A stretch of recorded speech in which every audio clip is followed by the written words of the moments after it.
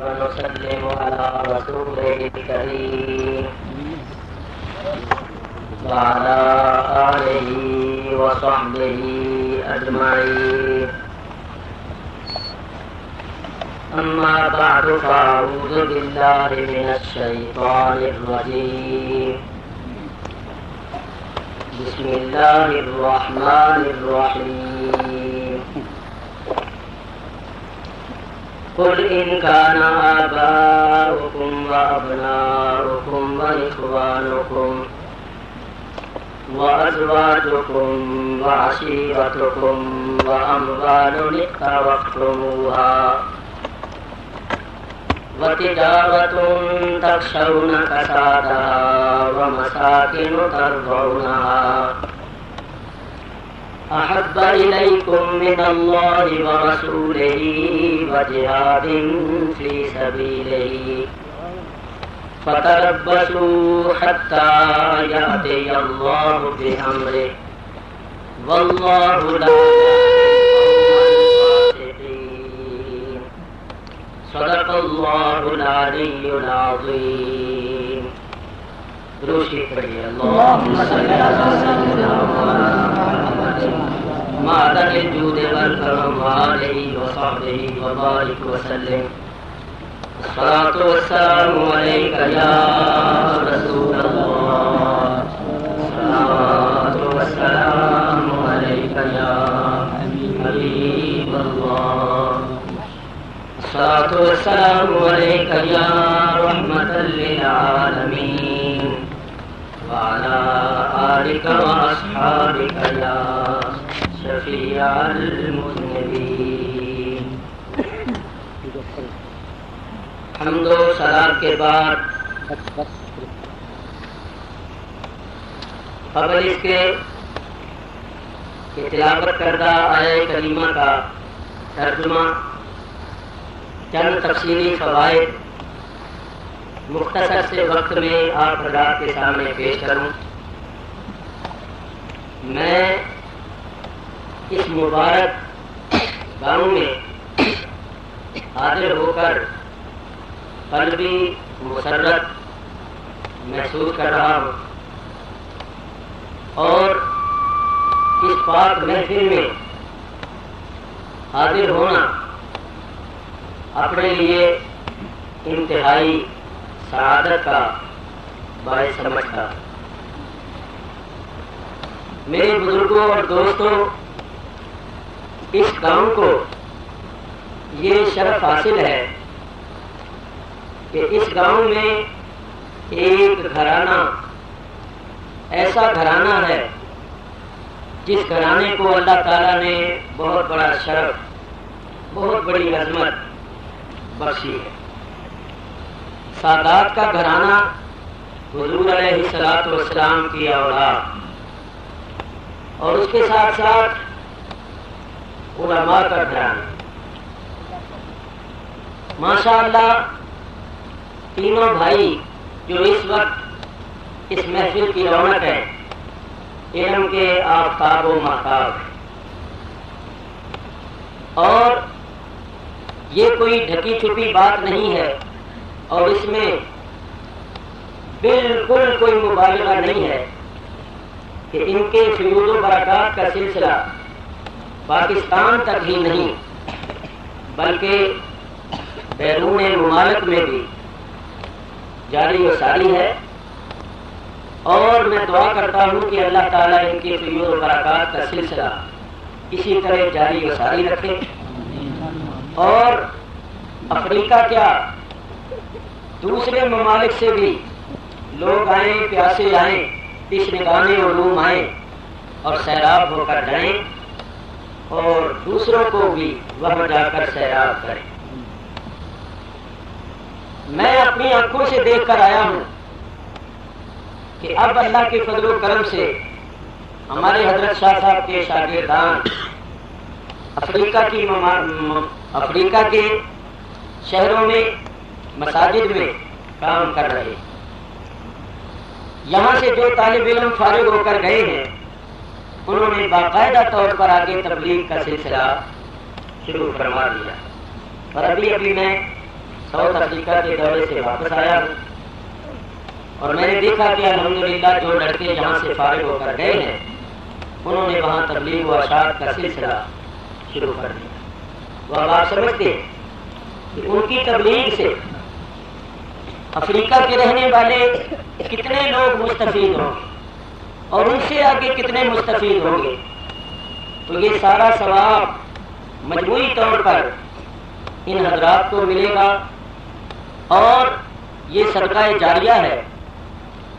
اور انشاءاللہ العزیز ابھی بھی افریقہ کے طلباء آپ کے مدرسے میں داخل ہیں، یہ بھی انشاءاللہ فارغ ہو کر جائیں گے تو ہزاروں کو لاکھوں کو خیر پہنچائیں گے اور سیراب فرمائیں گے. تو یہ بڑا مبارک گاؤں ہے کہ اس مبارک میں یہ گھرانہ نبی کریم علیہ الصلوۃ والسلام کی اولاد کا گھرانہ، سادات کا گھرانہ، علماء کا گھرانہ. حضرت مولانا عبدالرحمان صاحب ہمارے پاکستان کے ان مشہور علماء اور مقررین میں ہیں جن کے متعلق سارے پاکستان کے علماء یہ تسلیم کرتے ہیں کہ میدان خطابت کے آپ شاہ سوار ہیں.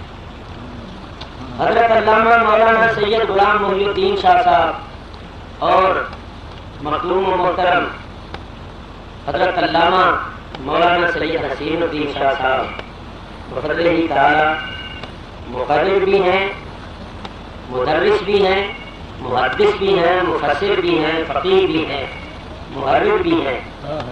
ان ہستیوں پر جتنا بھی فخر اور ناز کیا جائے وہ کم ہے. ایسے ہی لوگوں کی بدولت یہ جہان قائم ہے. اگر اس قسم کی ہستیاں نہ ہو تو جو کچھ ہو رہا ہے، جو کچھ ہم کر رہے ہیں، ہم تباہ و برباد ہو جائیں. ان نیک لوگوں کی برکت سے یہ جہان قائم ہے اور ہم مستحق عذاب ہو کر عذاب الہی سے بچے ہوئے.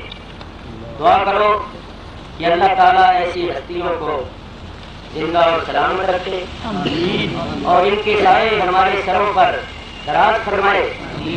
ان کی عمروں میں، ان کے علم میں، عمل میں برکت فرمائے اور ان کا خیر جاری و ساری رہے اور ہم لوگوں کو ان کے فیوز و برکات سے مستفید ہونے کی توفیق عطا فرمائے. میں نے حضرت شاہ صاحب کی خدمت میں عرض کیا تھا کہ حضرت شاہ صاحب کی تقریر ہو جائے تو فرمانے لگے کہ یہ تو ہمارا گاؤں ہے، ہم تو یہاں کرتے رہتے ہیں. تو وہ تو مشہور بات ہے کہ گھر کی مرغی دال برابر. گاؤں والے عموماً قدر نہیں کیا کرتے. مکے والوں نے بھی حضور علیہ الصلوۃ والسلام کی قدر نہیں کی تھی، تو پھر مدینہ منورہ میں آ کر حضور علیہ الصلوۃ والسلام کی شان کا اظہار ہوا تو مدینے والے لے جیسا ہوا. ایک مرتبہ حضور علیہ الصلوۃ والسلام مال تقسیم فرما رہے تھے تو جو مکے سے ہجرت کر کے آئے تھے آپ نے ان کو مال دیا اور مدینے کے رہنے والوں کو مال نہ دیا. تو مدینے کے رہنے والے انصار نے کہا یا رسول اللہ آپ نے ہمارے بھائیوں مہاجرین کو مال دیا ہے اور ہمیں مال نہیں دیا. تو حضور نے ارشاد فرمایا مدینے والوں کیا تم اس تقسیم پر راضی نہیں ہو کہ مکے والوں کو مال ملا ہے اور مدینے والوں تمہیں محمد مل گیا ہے. نعرہ تکبیر، نعرہ رسالت. یا رسول اللہ تم اس تقسیم پر راضی نہیں ہو کہ مکے والے مہاجرین اپنے گھروں میں مال لے کر جا رہے ہیں اور تم اللہ کا حبیب لے کر جا رہے ہو، تمہیں اللہ کا حبیب مل گیا ہے. تو ان انصار نے کہا کہ یا رسول اللہ ہم راضی، ہمیں اللہ کا حبیب مل گیا ہے، بس اللہ کا حبیب مل گیا تو سب کچھ مل گیا. تو یہ گاؤں والوں کے لیے بھی انتہائی خوش قسمتی کا باعث ہے کہ ان کے گاؤں میں ایسی ہستیاں موجود ہیں جن کی وجہ سے گاؤں کی بھی شہرت ہے اور انشاءاللہ گاؤں میں بھی برکت ہو. تو میرے بزرگوں اور دوستوں یہاں ہم لوگ عقیدت سے محبت سے حاضر ہوئے ہیں. بات کرنے کے لیے، بیان کرنے کے لیے حاضر نہیں ہوئے، عقیدت سے حاضر ہوئے. اور ابھی ہم نے کھانا کھایا ہے، اتنا لذیذ کھانا تھا، اس میں اتنی لذت تھی اور برکت تھی کہ میں نے شاہ صاحب سے کہا کہ اگر 2-2.5 مہینے میں یہاں رہوں اور اس قسم کا مجھے کھانا ملتا رہے تو میں جوان خالص گندم، خالص گھی اور گاؤں کی دیسی مرغیاں ہمارے کراچی میں بھی ملتی ہیں، وہ فارم کی مرغیاں جی، جن میں سات ہوتا ہے، سات نہیں ہوتا، سات جاننے سات تو ہوتا ہے، سات نہیں ہوتا۔ اسی طرح جو آٹے کا حال ہے، جو گھی کا حال ہے، پتہ نہیں کاہے کا بناتے ہیں۔ تو بہرصورت یہ خالص پاک گھر کا کھانا، پاک ہاتھوں کے پکے ہوئے کھانے بابرکت۔ روٹی میں نے اتنی زیادہ کھا لی، میں کہا جی میں بولوں گا کیسے، لیکن میں حیران کہ اتنی روٹی زیادہ کھانے کے باوجود مجھے ایسا لگ رہا ہے جیسے میں نے کچھ کھایا ہی نہیں۔ گفتگو کر رہا ہوں، سانس بالکل نہیں چڑھ رہی۔ کراچی میں کھانا کھا کے بول نہیں سکتا، سانس چڑھتی ہے، یہاں سانس کا کوئی پتہ نہیں ہے۔ مجھے ایسا لگتا ہے تقریر کے بعد پھر کھانی پڑے۔ تو یہاں بات تو کرنا نہیں ہے، یہاں تو آئے ہیں کھانے پینے کے لیے کہ شاہ صاحب کے گاؤں میں آئے ہیں، دودھ پیئیں گے، کھانا کھائیں گے، بوٹیاں کھائیں گے، روٹیاں کھائیں گے، ہم زیارت کریں گے، بات تو ہوتے ہی رہتے ہیں، آپ سنتے ہی رہتے ہیں۔ بہرصورت آیا کریمہ جو آپ کے سامنے تلاوت کر دی ہے، اس کا ترجمہ اور چند تفصیلی فوائد آپ کے سامنے مختصر سے وقت میں پیش کرتا ہوں۔ وما توفیقی الا باللہ العلی العظیم۔ اللہ تعالیٰ ارشاد فرماتا ہے، قل میرے حبیب فرما دیجیے، ان کان آباؤکم اگرچہ تمہارے باپ، وابناؤکم اور تمہارے بیٹے، واخوانکم اور تمہارے بھائی، وازواجکم اور تمہاری بیویاں، وعشیرتکم اور تمہارا کنبہ، واموال اقترفتموہا اور تمہارا کمایا ہوا جمع کیا ہوا مال ہو، وتجارت تخشون کسادہا اور وہ تجارت ہو، دھندا ہو، کاروبار ہو جس کے نقصان کا تمہیں خوف اور اندیشہ رہتا ہے، ومساکن ترضونہا اور تمہارے پسندیدہ مکان ہو، کوٹھیاں ہو، بنگلے ہو، احب الیکم من اللہ ورسولہ وجہاد فی سبیلہ، اگر یہ 8 چیزیں یا ان میں سے کوئی چیز بھی تمہارے نزدیک زیادہ پیاری ہے اللہ سے اور اللہ کے رسول سے اور اللہ کی راہ میں جہاد کرنے سے، فَتَرَبَّصُوا حَتَّى يَأْتِيَ اللَّهُ بِأَمْرِهِ تو انتظار کرو کہ اللہ تعالیٰ اپنا عذاب لائے، وَاللَّهُ لَا يَهْدِي الْقَوْمَ الْفَاسِقِينَ اور اللہ تعالیٰ نافرمان فاسق قوم کو ہدایت نہیں دیتا۔ یہ ہے آیہ کریمہ کا لفظی ترجمہ۔ اس آیہ کریمہ میں 8 چیزوں کا ذکر ہوا ہے، ماں باپ، اولاد، بہن بھائی، بیویاں، کنبہ، کمایا ہوا مال، کاروبار اور مکان۔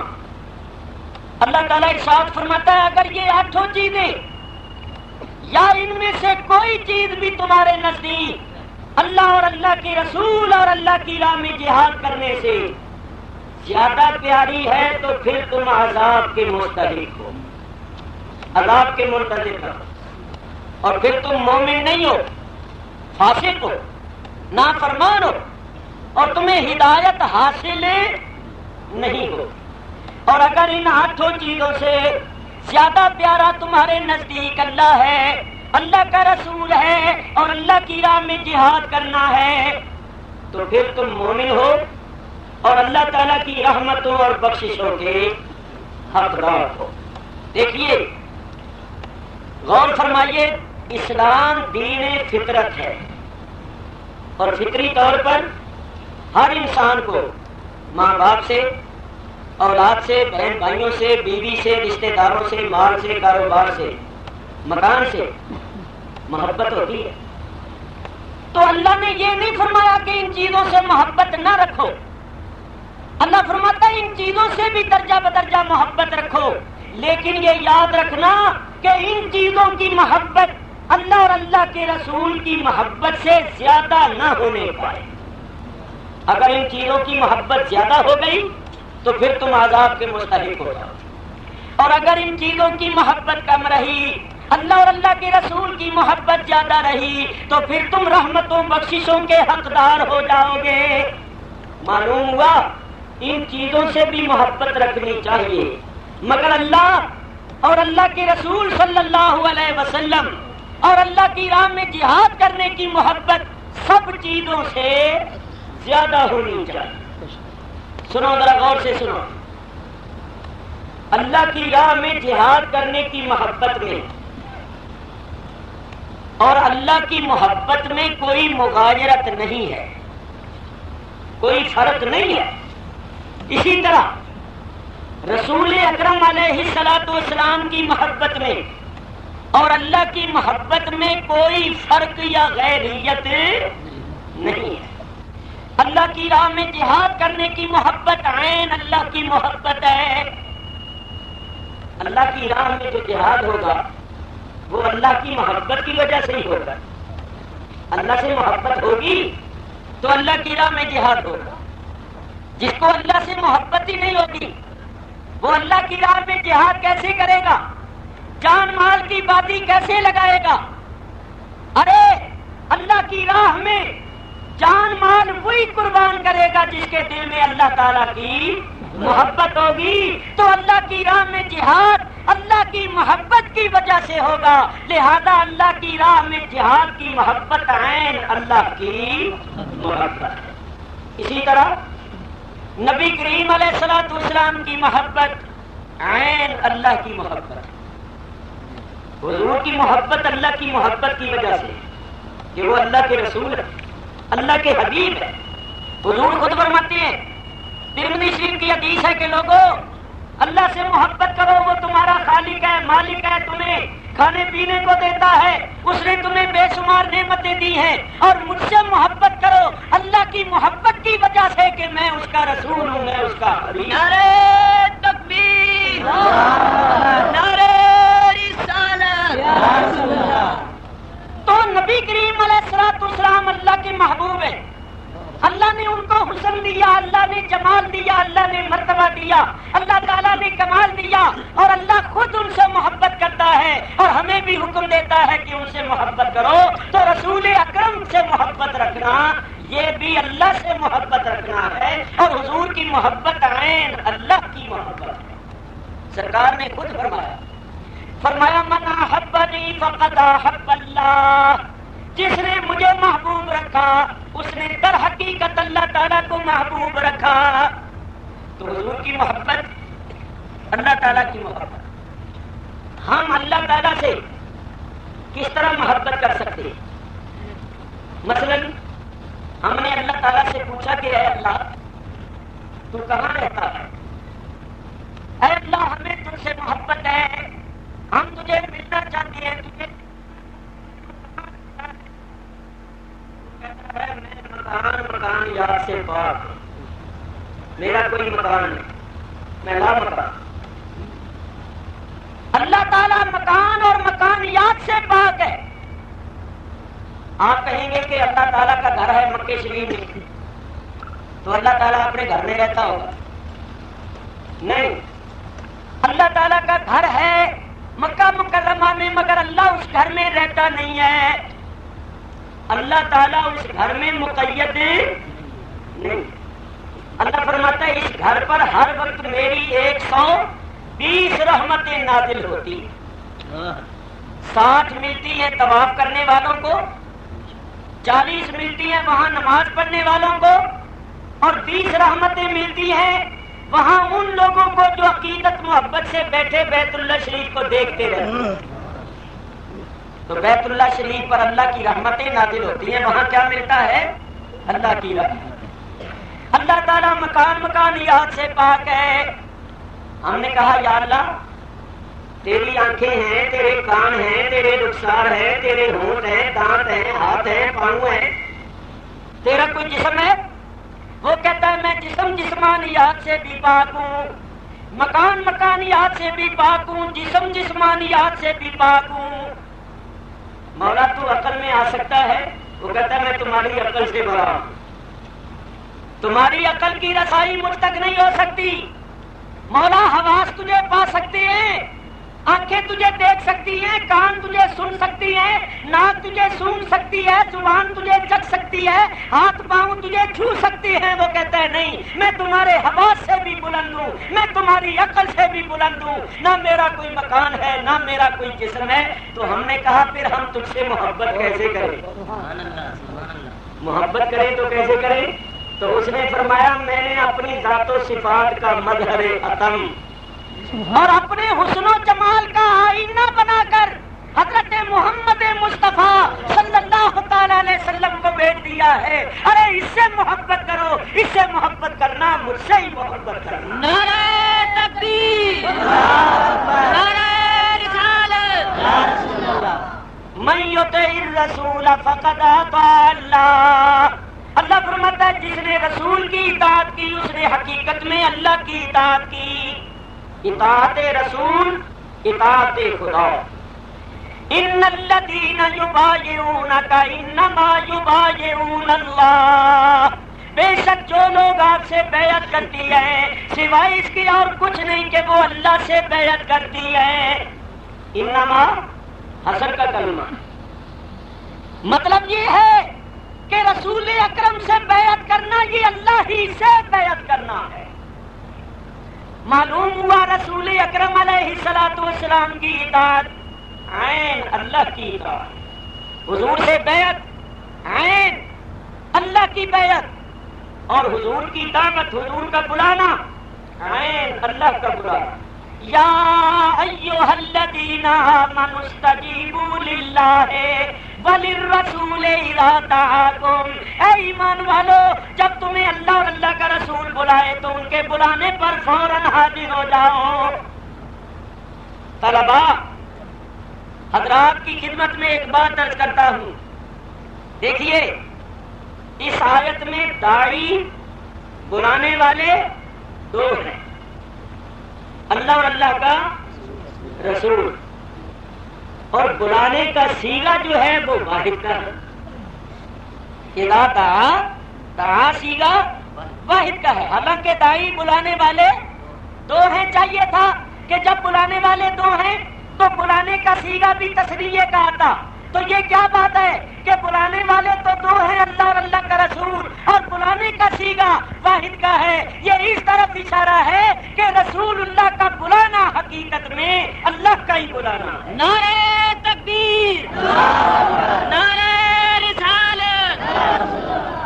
میرے بزرگوں حضور کی دعوت عین اللہ تعالیٰ کی دعوت، اور سنو حضور علیہ الصلوۃ والسلام کا ذکر کرنا عین اللہ کا ذکر کرنا، یہ میں نہیں کہتا، حدیث قدسی ہے۔ اللہ تعالیٰ ارشاد فرماتا ہے جعلتک ذکرا من ذکری فمن ذکرک ذکرنی، میرے حبیب میں نے تجھے اپنا ہی ذکر بنا دیا ہے، بس جس نے تیرا ذکر کیا اس نے میرا ہی ذکر کیا۔ تو حضور کا ذکر اللہ کا ذکر، نتیجہ کیا نکلا کہ حضور کی اطاعت عین اللہ کی اطاعت، حضور کی دعوت عین اللہ کی دعوت، حضور کی بیعت عین اللہ کی بیعت، حضور کا ذکر اللہ کا ذکر، اور یاد رکھو حضور کا دیدار اللہ کا دیدار۔ من رآنی فقد رأى الحق، جس نے مجھ کو دیکھا اس نے حق کو دیکھا۔ میاں یاد رکھو، بعض لوگ آج کل جو توحید کرتے پھرتے ہیں، کہتے ہیں ہم اہل توحید ہیں، اور ہم اہل سنت و جماعت کو وہ معاذ اللہ مشرک بدعتی وغیرہ کہتے ہیں۔ اگر آپ سچ پوچھیں تو ان کو یہ بھی پتہ نہیں ہے کہ توحید کا معنی کیا ہے۔ جس چیز کا نام انہوں نے توحید رکھا ہوا ہے حقیقت میں وہ شرک ہے، اور جس کو وہ شرک کہتی ہے وہ توحید ہے۔ مثلا دیکھیے ذرا غور کیجیے، یہ نبی کریم علیہ السلام کے کمالات کو اللہ کے کمالات کا غیر سمجھتے ہیں. وہ حضور کے کمالات کو اللہ کے کمالات کا غیر سمجھتے ہیں. اور میں دعوے سے کہتا ہوں کہ یہ شرک ہے. کیسے؟ دیکھیے، غیر وہ ہوتا ہے کہ جس کا وہ غیر ہو اس کے مقابلے میں اس کی حیثیت مستقل، ورنہ غیریت کے معنی متحقق نہیں ہو سکتے. مثلا یہ دو مشینیں ہیں ٹیپ ریکارڈ، ان دونوں کا وجود الگ الگ ہے، ان دونوں میں غیریت. ان دونوں کے درمیان دیوار کر دیجئے، پردہ حائل کر دیجئے. ایک مشین کا وجود ادھر مستقل ہوگا، ایک مشین کا وجود ادھر مستقل ہوگا. لیکن ایک مشین ہو اور اس کے سامنے آئینہ رکھ دیا جائے تو بولو آئینے میں وہ مشین نظر آئے گی یا نہیں آئے گی؟ آئے گی نا. تو جو آئینے میں مشین نظر آ رہی ہے اس کا وجود مستقل وجود نہیں، کیونکہ مستقل وہ ہوتا ہے کہ جس کے وہ مقابل ہے اس کے مقابلے میں اس کی حیثیت اور اس کا وجود مستقل ہو کے درمیان میں پردہ ہو جائے تو پھر بھی اس کا وجود نہ ملے. لیکن یہ بتائیے کہ ایک مشین کے ساتھ آپ شیشہ رکھ دیں اور شیشے میں وہ مشین نظر آئے گی یا نہیں؟ تو جو مشین شیشے میں نظر آتی ہے اس کا وجود مستقل نہیں، اس لیے کہ درمیان میں اگر پردہ ہو جائے تو شیشے میں مشین نظر نہیں آئے. اور غیریت، غیر وہ ہوتا ہے جس کا وجود مستقل ہو. تو میں آپ کو بتانا یہ چاہتا ہوں کہ اگر حضور کے کمالات کو اللہ کے کمالات کا غیر سمجھا جائے تو پھر یہ ماننا پڑے گا کہ حضور کے کمالات اللہ کے کمالات کے مقابلے میں مستقل ہے. اور اللہ کے کمالات کے مقابلے میں کسی کے کمالات کو مستقل سمجھنا، بولو یہ شرک ہے یا نہیں؟ یہ شرک ہے. ہمارا یہ عقیدہ ہے کہ حضور علیہ السلام کے کمالات اللہ کے کمالات کا غیر نہیں ہے، بلکہ کمالات ہے اللہ کے. ان کا ظہور ہوتا ہے ذات مصطفیٰ سے. ان کے درمیان اگر کوئی پردہ ہو جائے، حجاب حائل ہو جائے تو وہ کمالات نظر نہ آئے. حضور کے کمالات حقیقت میں اللہ کے کمالات ہیں، کمالات ہیں اللہ کے، اور ان کا ظہور ہوتا ہے ذات مصطفیٰ سے. جیسے کہ شیشہ زمین پر رکھ دو تو آسمان پر چمکنے والا چاند شیشے میں نظر آئے گا. یہاں بات سنو، کیا کہو گے کہ شیشہ چاند بن گیا؟ نہیں. یا یہ کہو گے کہ چاند شیشہ بن گیا، یا چاند آسمان سے اتر کر شیشے میں گھس گیا؟ یہ تینوں باتیں ہیں. شیشہ شیشہ ہے، چاند چاند ہے. شیشہ اپنے مقام پر ہے، چاند اپنے مقام پر ہے. اس کی جنس اور ہے، اس کی جنس اور ہے. دونوں کی جنس ایک ہے. شیشہ بہت چھوٹا ہے، اس کے مقابلے میں چاند بہت بڑا ہے. لیکن باوجود اتنے فرقوں کے شیشہ اپنے اندر ایک کمال رکھتا ہے کہ وہ چاند تو نہیں، چاند کا مظہر ہے، چاند کے جلووں کا مظہر ہے. اسی طرح خدا خدا ہے، مصطفیٰ مصطفیٰ ہے، لیکن مصطفیٰ اپنے اندر ایک ایسا کمال اور صفائی رکھتے ہیں کہ خدا تو نہیں ہے، خدا کی ذات و صفات کے مظہر. نعرہ تکبیر، اللہ اکبر، نعرہ رسالت، یا رسول اللہ. میرے بزرگوں اور دوستوں، حضور علیہ السلام اللہ تعالیٰ کے کمالات کا آئینہ ہے، اللہ کے کمالات کا مظہر ہیں. یاد رکھو، حضور کے کمالات اور اللہ کے کمالات میں غیریت نہیں ہے. حضور کے کمالات اللہ کے کمالات ہیں اللہ کے، اور ظہور ہوتا ہے ذات مصطفیٰ. تو حضور ہے مظہر. ڈاکٹر اقبال مرحوم نے بڑا اچھا شعر کہا. وہ کہتے ہیں کہ مصطفیٰ آئینہ روئے خدا اور منعکس در ہما ہوئے خدا.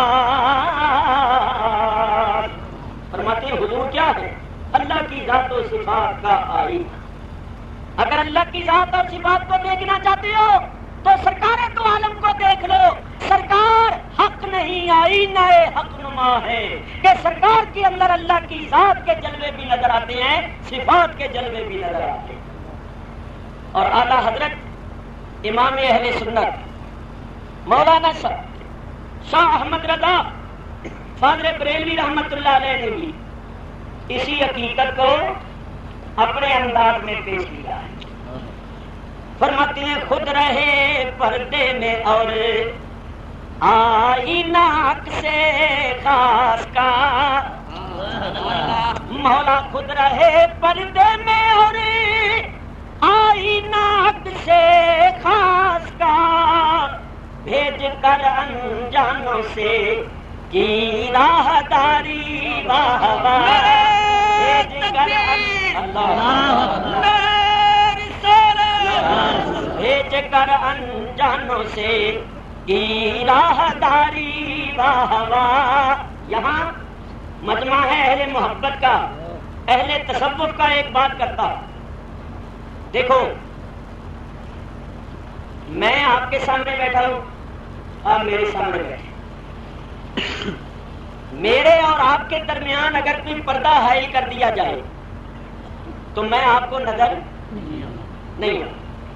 لیکن یہ جو بانس ہے, بانس, اس بانس کے ساتھ ایک آئینہ لگا دیا جائے اور اس آئینے کا رخ میری طرف بھی ہو تمہاری طرف بھی ہو اور ادھر پردہ ہو تو آپ پردے کے پیچھے بیٹھے ہوئے بھی آئینے میں مجھے دیکھیں گے یا نہیں دیکھیں گے؟ دیکھیں گے. تو ذرا غور کرنا, یہ تو میں آپ کو پہلے بتا چکا ہوں کہ میں آئینہ نہیں بن جاؤں گا اور آئینہ میں نہیں بن. آئینہ آئینہ ہے, میں ہوں, وہ اپنی جگہ, میں اپنی جگہ ہوں, یہ تو بات ہو گئی. لیکن جو بات کرنی ہے محبت کی وہ یہ ہے کہ آئینے میں جو آپ کو نظر آ رہا ہے بولو وہ اپنی خواہش سے لب ہلا سکتا ہے؟ اپنی خواہش سے لب ہلا سکتا ہے؟ ہلیں گے ادھر, نظر آئیں گے ہیں. تو بات بھی ہو گئی, پردہ بھی رہ گیا. اللہ حضرت کا شعر سن لو. اعلیٰ حضرت فاضل بریلوی رحمت اللہ علیہ فرماتے ہیں بخدا خدا کا یہی ہے در, بخدا خدا کا یہی ہے در, نہیں اور کوئی مفر مقر. فرماتے ہیں خدا کی قسم خدا کا در یہی ہے جو حضور کا در ہے, اور اس در کو چھوڑ کر نہ کوئی بھاگنے کی جگہ ہے نہ کوئی رہنے کی جگہ. بخدا خدا کا یہی ہے در, نہیں اور کوئی مفر مقر. جو وہاں سے ہو یہیں آ کے ہو, جو وہاں سے ہو یہیں آ کے ہو, جو وہاں سے ہو یہیں آ کے ہو, جو یہاں نہیں تو وہاں نہیں, جو وہاں سے ہو یہیں آ کے ہو, جو یہاں نہیں تو وہاں نہیں.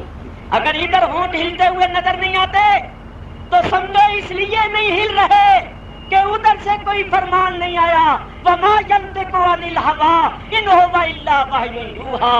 اللہ فرماتا ہے میرا محبوب تو اپنی خواہش سے لب بھی نہیں ہلاتا, اس کے لب اسی وقت ہلتے ہیں جب اس کو وحی کی جاتی ہے. بات بھی ہو گئی, پردہ بھی رہ گیا, سمجھنے والے سمجھ کے بھی گئے. مطلب یہ ہے کہ ادھر ہلتے ہیں نظر ادھر آتے. نعرہ تکبیر, نعرہ رسالت. دیکھو اب آپ نے کیلنڈر دیکھے ہوں گے, اسلام کے جو 5 ارکان ہیں ان میں پہلے رکن کو لکھا ہوا ہے توحید. اب جو کیلنڈر چھاپ رہے ہیں نا یہ توحید والے, انہوں نے اسلام کے پہلے رکن یعنی ایمان کو پہلے ایمان لکھا ہوتا ہے. اب کیا لکھا ہوتا ہے؟ توحید.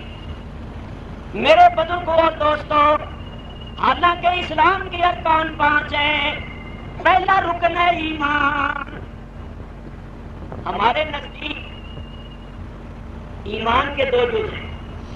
پہلے جز میں توحید ہے, دوسرے میں رسالت. جو مومن ہوگا وہ ضرور توحید والا ہوگا. کوئی بغیر توحید کے عقیدے کے مومن نہیں ہو سکتا. لیکن بہت سارے توحید والے ایسے ہیں کہ ان کے پاس ایمان نہیں ہے. مواحد بغیر ایمان کے ہو سکتا ہے, لیکن مومن بغیر توحید کے نہیں ہو سکتا. لیکن میں آپ سے پوچھتا ہوں, یہ بتاؤ کہ سارے قرآن میں اللہ نے کبھی کسی جگہ پر بھی ہمیں توحید والوں کہہ کے پکارا ہے؟ کہیں نہیں فرمایا یا اہل التوحید, او توحید والے ہو. کہیں نہیں فرمایا یا ایھا الموحدون. بولو, کہیں فرمایا؟ کیا فرمایا؟ یا ایھا الذین آمنوا, اے ایمان والا. تو ایمان والا بغیر عقیدہ توحید کے ایمان والا نہیں ہو سکتا. جو ایمان والا ہوگا وہ ضرور توحید والا ہوگا, لیکن بہت سے توحید والے ایسے پھرتے ہیں کہ ان کے پاس ایمان نہیں ہے. اب ذرا بات سننا. یہ کہتے ہیں ہم اہل توحید ہیں. توحید, یہاں میں آج راول پنڈی میں ایک گلی سے گزرا تو وہاں لکھا ہوا تھا توحیدی بیکری. بیکری ہوتی ہے نا جہاں دکان میں کئی قسم کے بسکٹ روٹیاں چیزیں بنتی ہے, کئی قسموں کی نام رکھا ہوا ہے توحید. ایسا ان پر توحید کا بھوت سوار ہوا ہے. ہمارے کراچی میں کہ کالونی کا نام توحید کالونی, اور کالونی بھی اور توحید. کالونی کا تو مانا ہے جہاں کئی مکان ہو, ان مکانوں میں عورتیں مرد ہر قسم کے کمرے بیت الخلا وغیرہ سب کچھ ہوتا ہے نا, نام توحید. توحیدی روڈ, توحیدی بازار, توحیدی مسجد, توحیدی مدرسہ, ایسا توحید کا بخار چڑھا ہوا ہے ان کو. ان کو پوچھو توحید کے معنی کیا. توحید مصدر ہے تفعیل کے وزن پر, اور توحید کے معنی کیا ہے؟ یک کردن. بولو, توحید کے معنی کیا ہے؟ یک کردن. اردو میں کیا کہیں گے؟ ایک کرنا. بولو, توحید کے معنی کیا ہے؟ ایک کرنا. تو جو پہلے ہی ایک ہے ہم اس کو ایک کیا کریں گے؟ وہ اللہ تو پہلے ہی ایک کو ایک کرنا, ایک کو ایک کیا کریں گے؟ ایک کو ایک کون کرے گا جو پہلے ہی ایک ہے. میں اور آپ اس کو ایک کیسے کریں گے؟ ایک کو ایک کرنا یہ تو تحصیل حاصل ہے اور باطل ہے. تو بولو, توحید کے معنی ہے ایک کرنا, تو جو پہلے ہی ایک ہے اس کو میں اور آپ کیا ایک کریں گے؟ ایک کو ایک کرنا یہ تحصیل حاصل اور باطل ہے. تو آؤ میں بتاؤں کس طرح ایک کرو. من یطع الرسول فقد اطاع اللہ. رسول پاک کی اطاعت کو عین اللہ کی اطاعت سمجھو. اگر تم نے فرق کیا, غیریت قائم کی, تو یہ شرک ہو جائے گا. اور اگر رسول کی اطاعت کو عین اللہ کی اطاعت سمجھا تو یہ توحید ہوگی. یہ ہے ایک کرنا. سنو اس کے منہ سے, سمجھو کلام اس کا ہے, فرمان اس کا ہے. بیعت اس کے ہاتھ پر کرو اور سمجھو اللہ سے بیعت کی ہے. دعوت اس کی قبول کرو اور کہو اللہ کی دعوت قبول کی ہے. ذکر اس کا کرو, سمجھو ذکر اس کا کیا ہے. دیدار اس کا کرو, سمجھو اس کا دیدار کیا ہے. یہ ہے ایک کرنا, اور اس کو کہتے ہیں توحید. اب بولو, انہوں نے توحید کو شرک بنایا ہوا ہے یا نہیں؟ انہوں نے توحید کو شرک بنایا ہوا ہے, اور شرک کا نام توحید رکھا ہوا ہے. خیر, میرا موضوع یہ نہیں ہے. میرے بزرگوں اور دوستوں, بس ایک بات اس سلسلے میں سن لو کہ شیطان توحید کا قائل تھا. اس نے کسی کو اللہ کا شریک نہیں ٹھہرا. اللہ کو ایک جانتا تھا, ایک مانتا تھا, توحید کا قائل تھا. پھر وہ مردود ملعون کیوں ہو گیا؟ اس لیے کہ اس نے آدم علیہ السلام کے مقام کو نہ سمجھا. کہنے لگا یہ خاکی بشرا میں اسے بہتر.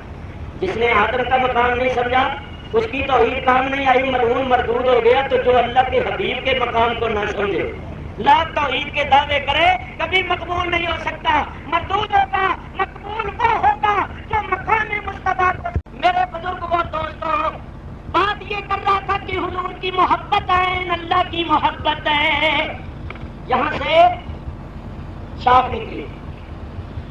اب سرے دست میں چند منٹ آپ کے سامنے حضور کی محبت کے بارے میں کچھ عرض کروں، بہت مختصر وقت. حضور علیہ الصلوۃ والسلام کی محبت ماں باپ سے، اولاد سے، بہن بھائیوں سے، بیوی سے، کنبے سے، مال سے، کاروبار سے اور مکان سے زیادہ ہونی چاہیے. شاید کوئی خیال کرے کہ ان 8 چیزوں میں جان کا ذکر نہیں ہے، تو شاید جان کو نبی کریم سے زیادہ عزیز سمجھنا ہوگا، کیونکہ اللہ نے جن 8 چیزوں کا ذکر کیا ان میں جان کا ذکر نہیں. تو اس سلسلے میں بھی عرض کروں. حضور علیہ الصلوۃ والسلام ایک جنگ میں تشریف لے گئے. جو لوگ اٹھ کر جا رہے ہیں ان کو بتاؤں کہ بعد میں تر معاملہ بھی ہے. تر معاملہ دیکھو نا، خشک کے مقابلے جو ہے تر معاملہ. تو آپ حضرات جائیے نہیں. حضرت داتا صاحب کے مزار پر ایک مولوی صاحب تقریر کر رہے تھے، 2-2.5 گھنٹے انہوں نے تقریر کی. مجاہدوں نے وہ ایک سبز رنگ کا ماشاء اللہ تبرک لا کر مولوی صاحب کے سر پر باندھ دیا. انہوں نے حضرت داتا صاحب کے مزار کا تبرک سمجھ کر سر پر رکھا اور اپنے لیے بہت بڑی شہادت سمجھا.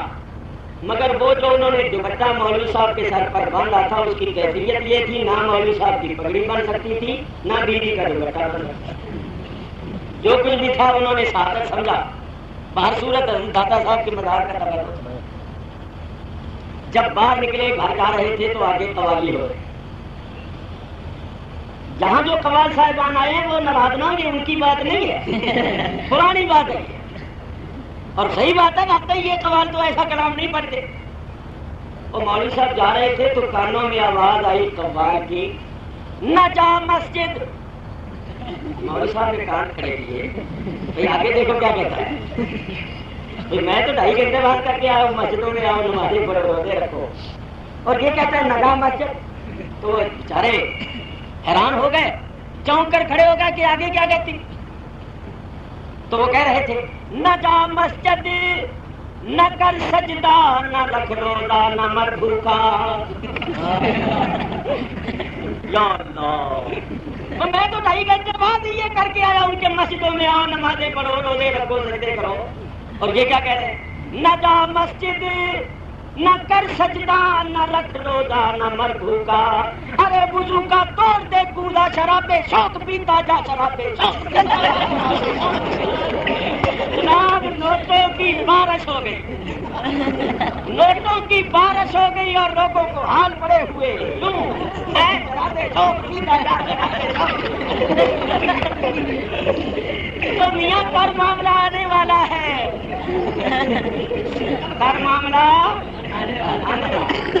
سارے بزرگوں کا عرس ہے، سارے حضرتوں کا شہر ہے. اسی اتنے کوئی روڑ نہیں آئے، خوش ہونا ہے. خوش ہونے خوش کرنے واسطے ہیں، محبوبہ کا ذکر کرنا ہے، محبوبہ نے شہر آئے. روڑ پہ دشمن سانوں کی روڑنے بھی بتیرے ملتے ہوتے. تو مطلب یہ ہے کہ ابھی تر معاملہ ہے. تو آپ حضرات بیٹھو جاؤ. نہیں یہ جا نہیں رہے، میں سمجھتا ہوں. ہاں ہو پانی پینے یا کچھ اور پینے، کوئی بات نہیں، سگریٹ سگریٹ پی کے آ جاؤ، مگر آ جانا چاہیے. میرے بزرگوں اور دوستوں ذرا غور کرو، جان کا ذکر نہیں ہے. شاید کوئی سمجھے کہ جان اللہ کے حبیب سے محبوب رکھنی چاہیے. تو سنو، حضور علیہ الصلوۃ والسلام ایک جنگ میں تشریف لے گئے. کچھ مدینے شریف کے رہنے والے اور کچھ مدینے شریف کے ارد گرد دیہات کے رہنے والے لوگ اپنے گھروں میں بیٹھے رہے. وہ حضور کے ساتھ نہ گئے تو اللہ نے آئے تو اللہ تعالیٰ ارشاد فرماتا ہے، ما کان لأہل المدینہ ومن حولهم من الاعراب ان يتخلفوا عن رسول الله ولا يرغبوا بأنفسهم عن نفسه. مدینے والوں کو اور مدینے کے گرد دیہات والوں کو یہ لائق نہیں تھا کہ رسول اللہ صلی اللہ علیہ وسلم کے پیچھے بیٹھے رہے، اور نہ یہ لائق تھا کہ وہ اپنی جانوں کو رسول اکرم علیہ السلام کی ذات سے عزیز سمجھتے. اللہ فرماتا ہے وَلَا يَرْغَبُوا بِأَنفُسِهِمْ عَن نَّفْسِهِ. ان کو یہ لائق نہیں ہے کہ اپنی جانوں کو رسول پاک علیہ السلام کی ذات سے پیارا اور عزیز سمجھیں، بلکہ رسول کو اپنی جانوں سے بھی زیادہ عزیز سمجھیں. اس آیت سے ثابت ہوا کہ نبی کریم علیہ السلام کو اپنی جان سے بھی زیادہ پیارا اور عزیز سمجھنا چاہیے. حضور نے بھی فرمایا لا یؤمن احدکم حتی اکون احب الیہ من والدہ وولدہ والناس اجمعین. یہ بخاری شریف کی حدیث ہے، اور بخاری کے علاوہ دوسری حدیث کی کتابوں میں وَنَفْسِهِ وَمَالِهِ وَعِتْرَتِهِ کے الفاظ بھی موجود ہیں. تو مطلب یہ ہوا، سرکار فرماتی ہیں تم میں سے کوئی شخص مومن ہی نہیں ہو سکتا جب تک کہ اس کے نزدیک میں اس کے ماں باپ سے، اس کی اولاد سے اور تمام لوگوں سے اور اس کی جان سے، اس کی مال سے، اس کی اولاد سے زیادہ پیارا نہ ہو. انہی آیتوں حدیثوں کو سامنے رکھ کر حفیظ جلندری نے دو شعر کہے. وہ کہتے ہیں محمد کی محبت دین حق کی شرط اول ہے. محمد کی محبت دین حق کی شرط اول ہے. اسی میں ہو اگر خامی تو سب کچھ نامکمل ہے. چاہے نمازیں پڑھے، چاہے روزے رکھے، چاہے حج کرے، چاہے زکاتیں دے، اگر حضور کی محبت میں خامی ہے تو سب کچھ ہی نامکمل. اور آگے فرماتی ہے محمد ہے متائے عالم ایجاد سے پیارا. محمد ہے متائے عالم ایجاد سے پیارا. پدر مادر برادر جان و مال اولاد سے پیارا. تو میرے دوستو، جب تک نبی کریم علیہ السلام کو سب سے زیادہ عزیز اور محبوب نہ سمجھے مومن نہیں ہوتا. دیکھو، ولی ہونا، قطب ہونا، ابدال ہونا، غوث ہونا تو بات کی بات، مومن ہی نہیں ہو سکتا. اب صرف ایک بات کر کے گفتگو ختم کروں گا. حضور فرماتے ہیں تم میں کوئی مومن ہی نہیں ہو سکتا جب تک سب سے زیادہ مجھے محبوب نہ رکھے. اور محبت ایک ایسی چیز ہے جو زبردستی نہ تو کی جا سکتی ہے نہ کروائی جا سکتی. بولو آپ زبردستی کسی پر محبت پہنچ سکتی؟ مثلا میں کسی سے کہوں کہ بھائی مجھ سے محبت کر کیوں؟ میں کہوں کیوں میرا کوئی نہیں بات تجھے محبت کرنی پڑے. تو وہ کہے آخر کوئی وجہ نہیں ہونی چاہیے، مولوی صاحب میرا دل آپ سے محبت کرنے کو نہیں چاہتا. تو میں کیا کروں؟ اور میں ریوالور نکال لوں، چاقو نکال لوں کہ تمہیں محبت کرنی پڑے گی چاہے دل کرتا ہو یا نہ کرتا ہو. کر محبت نہیں تو ماروں گا چاقو. تو میں ایسا نہیں کرتا ہوں. ایمانداری سے بولیے اس کا نام آپ محبت رکھتے نہیں. تو حضور فرماتے ہیں مجھ سے محبت رکھو، اور رکھو بھی ایسی کہ ماں باپ سے بھی کیا، اولاد سے بھی کیا، بہن بھائیوں سے بھی کیا، اور بیوی سے بھی زیادہ، رشتے داروں سے بھی زیادہ، اور سنو مال سے بھی زیادہ. مال کی خاطر تو قربانی آدمی کیا کرتا ہے. مال سے بھی زیادہ، کاروبار سے بھی زیادہ، مکان سے بھی زیادہ، اپنی جان سے بھی زیادہ محبت رکھو، ورنہ تم مومن ہی نہیں ہو سکتی ہو. اور محبت زبردستی نہ ہو سکتی ہے، نہ کی جا سکتی ہے، نہ کروائی جا سکتی ہے.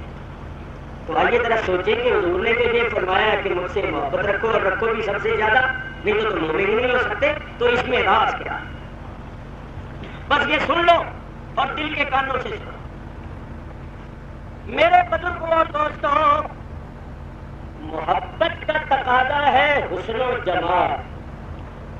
ہر چیز کا ایک تقاضا ہوتا ہے۔ بولو بھوک کا تقاضا کیا ہے؟ کھانا۔ بھوکے آدمی کو کس چیز کی چاہت ہوگی؟ چنانچہ ایک بھوکے سے کسی نے پوچھا 2 اور 2 کتنے ہوتے ہیں؟ کہنا 4 روٹیاں۔ صرف 4 نہیں، 4 روٹیاں تو جو لگی تھی پیارے۔ تو بھوک کا تقاضا ہے کھانا اور پیاس کا تقاضا پینا۔ آدمی تھکا ہوا ہو، تھکاوٹ کا تقاضا آرام۔ تو جو تھکا ہوا ہوگا جب اس کو آرام ملے گا اور بغیر کسی کے پوچھے، بغیر کسی کے کہے اس کو نیند آ جائے گی، آرام کرنے لگے۔ بھوکے آدمی کے سامنے جب کھانا آ جائے گا تو اس کی خواہش جو ہے وہ ابھرے گی اور وہ بسم اللہ پڑھ کے شروع کر دے گا۔ دوسرے دیر بھی کر رہے ہوں گے تو وہ کہے گا میاں دیر نہیں کرنی چاہیے، جب کھانا سامنے آ رہے کھانا چاہیے۔ تو ہر چیز کا ایک تقاضا ہوتا ہے، تو جب وہ تقاضا سامنے آتا ہے تو وہ آدمی اپنے تقاضے کو پورا کرنا شروع کر دے۔ تو ذرا غور کرو، محبت کا تقاضا ہے حسن و جمال۔ جہاں حسن و جمال ہوگا وہاں خواہ محبت پیدا، کیونکہ محبت کا تقاضا۔ تو جب محبت کا مقتضا سامنے آیا تو محبت پیدا ہو گئی، کیونکہ جو اس کا تقاضا تھا وہ اس کے سامنے آ گیا، اس کو مل گیا۔ تو محبت کا تقاضا ہے حسن و جمال۔ ذرا غور سے سننا گا۔ اور حسن و جمال کی انداز بے شمار ہیں، حسن و جمال کی قسمیں بے شمار ہیں۔ جس طرح حسن و جمال کی انداز اور قسمیں بے شمار ہیں، اسی طرح عاشقوں اور طالبوں کی انداز اور قسمیں بھی بے شمار ہیں۔ مثلا بعض لوگوں کے نزدیک حسن و جمال صرف یہ ہے کہ رنگ و روپ اچھا ہو، نقش و نقوش اچھے ہو، تو وہ اسی کو ہی حسن و جمال سمجھتے۔ فکر ہر کس بقدر ہمت اوس، یعنی بعضوں کے نزدیک صرف صورت کا ہی حسن ہے، سیرت کو وہ نظر انداز کر دیتے ہیں۔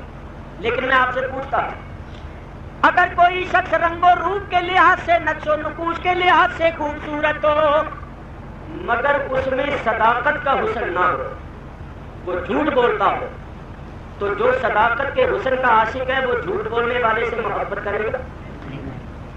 وہ کہے گا کہ جس حسن کا میں عاشق ہوں وہ حسن اس کے اندر نہیں، تو میں چمڑے چٹے کو کیا میں تو صداقت کے حسن کا عاشق ہوں اور صداقت کا حسن اس کے اندر نہیں ہے، لہذا میں اس سے کبھی محبت نہیں کروں گا، کیونکہ میں صداقت کے حسن کا عاشق ہوں۔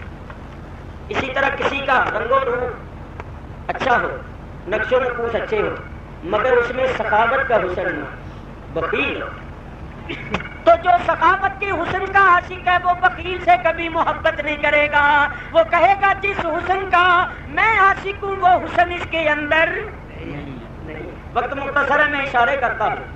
اسی طرح جو شجاعت کے حسن کا عاشق ہے وہ بزدل سے کبھی محبت نہیں کرے گا، جو عدالت کے حسن کا عاشق ہے وہ ظالم سے کبھی محبت نہیں کرے گا، جو امانت و دیانت کے حسن کا عاشق ہے وہ خائن اور بددیانت سے کبھی محبت نہیں کرے گا، جو علم و عمل کے حسن کا عاشق ہے وہ بے علم اور بد عمل سے کبھی محبت نہیں کرے گا۔ اللہ حاضر خیال، اس کو بڑی وسعت دی جا سکتی ہے، مگر ان باتوں سے آپ حضرات سمجھ گئے۔ اب سنیے مسئلہ۔ حضور فرماتے ہیں مجھ سے محبت کرو اور محبت بھی سب سے زیادہ کرو۔ کیوں؟ اس لیے کہ دنیا والوں، اس دنیا میں ایک میری ہی ذات ایسی ہے جس ذات میں ہر حسن اور ہر جمال موجود ہے۔ اگر ظاہری حسن و جمال کو دیکھو، رنگ و روپ کو دیکھو، کے لحاظ سے دیکھو تو میرے جیسا حسین و جمیل دنیا میں کوئی نہیں. صداقت کا حسن دیکھو تو میرے جیسا دنیا میں صادق کوئی. سخاوت کے حسن کو دیکھو تو میرے جیسا سخی کوئی نہیں. عدالت کے حسن کو دیکھو تو میرے جیسا عادل کوئی نہیں. امانت و دیانت کے حسن کو دیکھو تو میرے جیسا امانت دار اور دیانت دار کوئی نہیں. علم و عمل کے حسن کو دیکھو تو میرے جیسا عالم اور عامل کوئی نہیں. میرے جیسا خوش خلق کوئی نہیں. غرض یہ کہ میرے اندر دیکھو ہر حسن موجود ہے اور جو میرے اندر موجود نہیں وہ حسن ہی نہیں. ہر حسن، ہر جمال، ہر کمال اور ہر خوبی میرے اندر موجود. تو جب ہر حسن میرے اندر موجود ہے تو تم حسن کی جس ادا کے بھی عاشق ہو، تم حسن کے جس انداز کے بھی عاشق ہو، آؤ دیکھو وہ حسن میری ذات میں موجود ہے. لہذا تم سب پر لازم ہے کہ مجھ سے محبت کرو. اگر اس کے باوجود بھی تم مجھ سے محبت نہیں کرتے ہو تو اس کا مطلب یہ ہوا کہ تم کسی حسن کے عاشق ہی نہیں، تم کسی ادا کے طالب ہی نہیں ہو. تم بڑے بد ذوق ہو، بڑے کور ذوق ہو، اور اگر کسی بھی حسن کی ادا کے عاشق ہو تو وہ ادا میرے اندر موجود ہے. لہذا تم سب پر لازم ہے کہ مجھ سے محبت کرو. اب آپ سمجھ گئے کہ سرکار نے کیوں فرمایا کہ تم سب پر لازم ہے کہ مجھ سے محبت کرو. اور میں آپ کو بتاؤں، حضور فرماتے ہیں سب میرے ساتھ محبت کرو اور محبت بھی سب سے زیادہ. حالانکہ اس دنیا میں ہم دیکھتے ہیں کہ اگر محبوب ہو ایک اور اس کے محب یعنی عاشق صادق ہو جائے، صادق کا لفظ کر دیا، اس کے عاشق ہو جائیں 8-10 تو بولو ان 8-10 میں رقابت، عداوت اور دشمنی پیدا ہو جاتی ہے یا نہیں؟ لیلا ایک ہو، مجموع 8-10 بن جائیں تو ان کے درمیان رقابت، عداوت اور دشمنی پیدا ہوگی یا نہیں ہوگی؟ بولو. ارے دنیا کے محبوبوں کا یہ حال ہے کہ اگر ان کے 8-10 عاشق ہو جائے تو ان میں رقابت اور عداوت. خدا کی قسم اس کائنات میں یہی ایک ایسا محبوب ہے کہ سرکار محبوب ہیں اور سرکار کے عاشق لاکھوں ہیں اور ان کے درمیان رقابت نہیں بلکہ محبت ہے. بولیے دنیا میں کوئی ایسا محبوب ہوا ہے؟ سوائے حضور کے کوئی ایسا محبوب نہیں ہوا جس کے عاشق لاکھوں ہوں اور ان لاکھوں میں رقابت نہیں ہے بلکہ محبت. تو اس کا اندازہ کر لو کہ سرکار کیسے محبوب. آپ کی محبت کتنی میٹھی، اس محبت میں کتنی حلاوت، کتنی کشش ہے کہ جو سرکار کی عاشق ہے، سرکار سے محبت رکھتی ہیں، ان کے درمیان رقابت نہیں بلکہ محبت. میرے دوستوں بزرگوں، سرکار ہی سب کے اندر محبت کا جذبہ پیدا کرنے والے ہیں. آج مسلمانوں میں جو عداوتیں، رقابتیں پیدا ہو رہی ہیں اس وجہ سے کہ ان کے دل میں حضور کی محبت نہیں ہے، حضور سے دور ہوتے جا رہے ہیں. سرکار کی محبت ہی ہے جو ملانے والی ہے، سرکار کی محبت ہی ہے جو رقابتوں اور عداوتوں کو ختم کرنے والی. تو حضور کے ساتھ محبت رکھو ورنہ نماز روزہ سب دے گا. سب سے زیادہ محبوب رکھو اور بولو جس کو حضور سے محبت ہوگی وہ کبھی حضور کے ذکر سے جی چرائے گا. جس کو حضور کے ساتھ سب سے زیادہ محبت ہوگی وہ کبھی حضور پر درود و سلام بند کرے گا؟ جس کو حضور کے ساتھ سب سے زیادہ محبت ہوگی وہ کبھی حضور کے فضائل و کمالات کا ذکر سن کے بھاگے گا؟ کیونکہ آپ جانتے ہیں کہ جو محبوب ہوتا ہے اس کا ذکر بھی محبوب ہوتا ہے اور جو لذت و سرور اس کے ذکر سے حاصل ہوتا ہے وہ کسی چیز سے حاصل ہے. محبت والے تو حضور کا ذکر سننے کے لیے بڑی بے تابی کے ساتھ آتی ہیں اور بعض لوگوں کو ہم دیکھتے ہیں کہ وہ حضور کا ذکر سن ہی نہیں سکتے. تھوڑی دیر سنیں گے نا تو ان کی حالت یہ ہوگی کہ ماتھے پر شکر پڑے ہوئے، وٹ پہ ہوگی، ماتھے چہرے پر اس طرح کی وحشت ان دیکھ رہے ہوں گے کیا بیان کر رہا ہے. چہرے کی کیفیت دیکھ کر یہ اندازہ ہوتا ہے کہ اندر سانپ کی طرح پل کھا رہے ہیں، سول ہو رہے ہیں. تھوڑی دیر کے بعد اٹھ کے چلے جاتے ہیں، ارے ان کو تو اس کے سوا کچھ اور آتا ہی نہیں. تو بولو جو حضور کا ذکر ہی نہیں سن سکتے، فضائل و کمالات ہی نہیں سن سکتے، معلوم ہوا ان کو محبت نہیں. جب محبت نہیں تو ایمان نہیں. اور ان سنیوں کو دیکھو حضور کا ذکر ہوتا ہے، حضور کی شان بیان ہوتی ہے، حضور کے فضائل و کمالات کا ذکر ہوتا ہے، ان کے چہرے پھول کی طرح کھلے ہوتے ہیں. چہروں پر خوشی اور مسرت کی آثار ہی بتاتی ہے کہ دل بھی اندر گنجے کی طرح کھلا ہوا ہے. سنو حضور کا ذکر سن کے اگر کوئی دل تنگ ہو رہا ہو نا تو ابو جہل کی روح آتی کہتی شاباش جو پترا تو ہے میرا پتر صحیح بات. ابو جہل کی روح کہتی شاباش ہو بیٹا شاباش، تو ذکر سن کے دل تنگ ہو رہا ہے، جس طرح تو سن کے دل تنگ ہو رہا ہے ہم دیکھ کے دل تنگ ہوا ہے. بیٹا تو نے ہماری سنت کو زندہ رکھا ہوا ہے، قائم رکھا ہوا ہے، مہربانی کر کے اسی طرح ہی متھے بات خالی رکھا کر اسی طرح ہی حضور کا ذکر سن کے دل پر بحث تاری رکھا کر اور اٹھ کے چلا جایا کر، نہیں تو ہماری سنت مٹ جائے. اور اگر کوئی مومن حضور کا ذکر سن کے خوش ہوتا ہے، اس کا چہرہ پھول کی طرح کھلا ہوا ہوتا ہے، تو صدیق اکبر کی روح آتی ہے رضی اللہ تعالیٰ، اور صدیق کی روح آ کر کہتی ہے اور مسلمان تجھ پر اللہ کی رحمت دے برکت دے، تو سن کے خوش ہو رہا ہے ہم دیکھ کے خوش ہوا ہے. تو شان مصطفیٰ سن کے خوش ہو رہا ہے ہم دیکھ کے خوش ہوا کرتے تھے، تو نے ہماری سنت کو قائم رکھا ہوا ہے. حضور کا ذکر سن کے خوش ہوا کر تاکہ ہماری سنت زندہ رہے اور قائم رہے. تو میرے دوستو خوش ہونے والے بھی ہیں اور تنگ ہونے والے بھی ہیں. اگر یہ خوش ہونے والے نہ ہوں تو صدیق اکبر کی سنت مٹ جائے، اور اگر تنگ دل ہونے والے نہ ہوں تو ابو جہل کی سنت مٹ جائے. تو حضور کی محبت رکھو، جس کو حضور سے محبت ہوگی اس کو حضور کی اولاد سے بھی محبت، حضور کے اصحاب سے بھی محبت، حضور کی ازواج سے بھی محبت، حضور کے شہر سے بھی محبت، حضور کی شریعت اور سنت سے بھی محبت ہو. غرض یہ ہر وہ چیز جس کا نبی پاک سے تعلق ہوگا یا جس کو نبی پاک سے محبت ہوگی، محبت والا ہر اس چیز سے محبت رکھے گا، کیونکہ یہ اصول ہے کہ محبوب کے ساتھ نسبت و تعلق رکھنے والی چیزیں بھی محبوب ہوتی. تو میں نے محبت کے بارے میں مختصر طور پر کچھ عرض کیا ہے، اور اب معاملہ تر معاملہ آ گیا ماشاءاللہ. اب یہ آپ حضرات کو مسرور کریں گے اور مستفید فرمائیں گے اور بڑا لطف آئے گا، بڑا کیف پیدا ہوگا. تو بہرصورت میں نے جو کچھ کہا ہے محبت عقیدت سے کہا ہے، یہ بھی مجھ سے ناراض نہ ہو، کیونکہ یہ پرانی بات ہے. آج کل کوئی قوال ایسا نہیں کہتا نہ جانتا ہے نہ کر سکتا نہ رکھ روزہ، یہ تو حضور کی شان بیان کریں گے. اور تو یہ ان کی بات نہیں، یہ ان کی بات تھی. بہرصورت اب آپ حضرات مستفید ہوں گے اور آپ خوش ہوں گے، کیونکہ آپ کی مراد اب پوری ہو رہی ہے، وقت آ گیا ہے اور میں آپ سے رخصت ہوتا ہوں. السلام علیکم.